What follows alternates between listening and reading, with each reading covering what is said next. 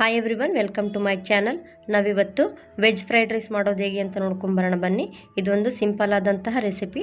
Night ಏನಾದರೂ ಅನ್ನ ಉಳಿದಿತ್ತಂದರೆ ಅದನ್ನು ಬೆಳಗಿಕ್ಕೆ ಈ ರೀತಿ ವೆಜ್ ಫ್ರೈಡ್ ರೈಸ್ ಮಾಡ್ಕೊಂಡು ತಿನ್ಬೋದು. ಹಾಗಿದ್ರೆ ಇದು ಮಾಡೋದಕ್ಕೆ ಬೇಕಾಗಿರುವ ಪದಾರ್ಥಗಳೇನಂತ ನೋಡ್ಕೊಂಬರೋಣ ಬನ್ನಿ.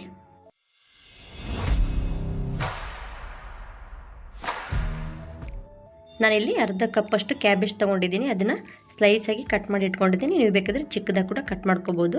ಮತ್ತು ಒಂದು ಮೀಡಿಯಮ್ ಸೈಜ್ ಈರುಳ್ಳಿನ ಚಿಕ್ಕದಾಗಿ ಕಟ್ ಮಾಡಿ ಇಟ್ಕೊಂಡಿದ್ದೀನಿ.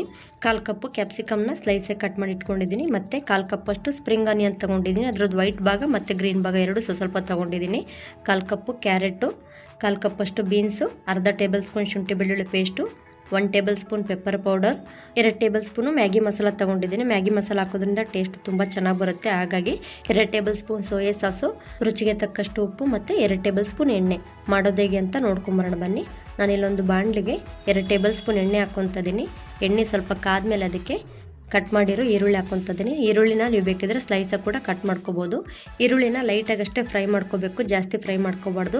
ಈಗ ಅದಕ್ಕೆ ನಾನು ಶುಂಠಿ ಬೆಳ್ಳುಳ್ಳಿ ಪೇಸ್ಟ್ ಹಾಕ್ತಾಯಿದ್ದೀನಿ. ಶುಂಠಿ ಬೆಳ್ಳುಳ್ಳಿ ಪೇಸ್ಟ್ ಹಾಕಿ ಸ್ವಲ್ಪ ಮಿಕ್ಸ್ ಮಾಡ್ಕೊತಾ ಇದ್ದೀನಿ. ಈ ರೀತಿ ನೀವು ಬೇಕಿದ್ರೆ ಶುಂಠಿ ಬೆಳ್ಳುಳ್ಳಿ ಪೇಸ್ಟ್ ಬದಲಿಗೆ ಬೆಳ್ಳುಳ್ಳಿನ ಚಿಕ್ಕದಾಗಿ ಕಟ್ ಮಾಡಿ ಅಥವಾ ಜಜ್ಜಿಬಿಟ್ಟು ಹಾಕ್ಕೋಬೋದು. ಅದರಿಂದ ಟೇಸ್ಟ್ ತುಂಬ ಚೆನ್ನಾಗಿ ಬರುತ್ತೆ.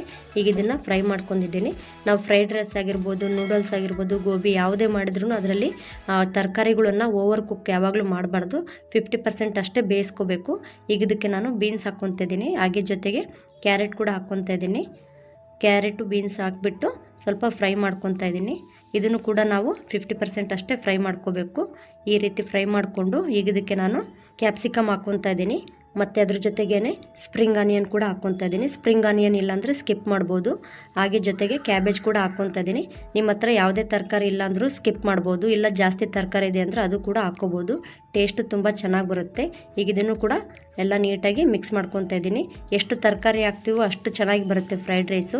ಈಗ ಇದಕ್ಕೆ ರುಚಿಗೆ ತಕ್ಕಷ್ಟು ಉಪ್ಪು ಹಾಕ್ಕೊತಾ ಇದ್ದೀನಿ. ಉಪ್ಪು ನೋಡಿ ಹಾಕ್ಕೊಳ್ಳಿ, ಯಾಕಂದರೆ ರೈಸಲ್ಲಿ ಕೂಡ ಉಪ್ಪಿರುತ್ತೆ. ಹಾಗಾಗಿ ಉಪ್ಪು ಹಾಕಿ ಒಂದು ಸಲ ಮಿಕ್ಸ್ ಮಾಡಿಕೊಂಡು ಈಗ ಇದಕ್ಕೆ ನಾನು ರೈಸ್ ಹಾಕ್ಕೊತಾ ಇದ್ದೀನಿ. ನಾನಿಲ್ಲಿ ಬಾಸುಮತಿ ರೈಸ್ ಯೂಸ್ ಮಾಡಿದ್ದೀನಿ.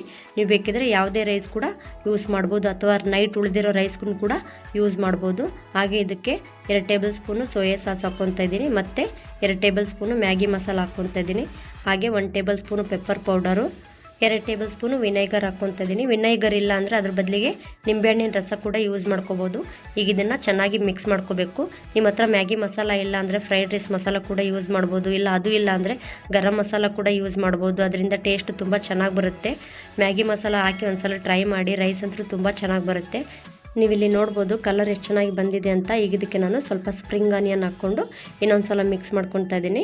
ಇನ್ನೊಂದು ಸಲ ಮಿಕ್ಸ್ ಮಾಡಿಬಿಟ್ಟು ಗ್ಯಾಸ್ ಫ್ಲೇಮ್ನ ಆಫ್ ಮಾಡ್ಕೊತಾ ಇದ್ದೀನಿ.